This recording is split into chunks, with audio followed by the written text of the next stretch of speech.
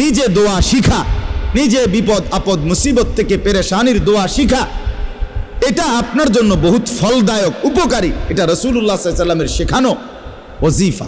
সাহাবী আসছে, মনে করেন আয়েশা নবীকে বলছে, ইয়া রাসূলুল্লাহ সাল্লাল্লাহু আলাইহি ওয়াসাল্লাম, আমি অনেক বেশি ঋণগ্রস্ত, আমি কি করব?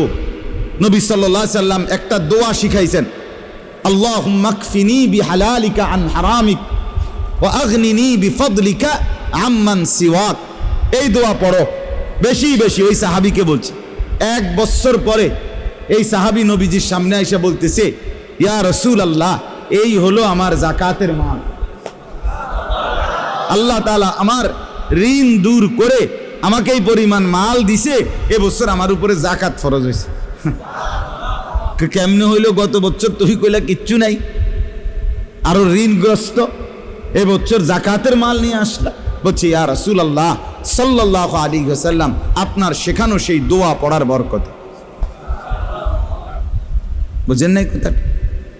এখানে আমরা অনেক বেশি গাফলতি করি।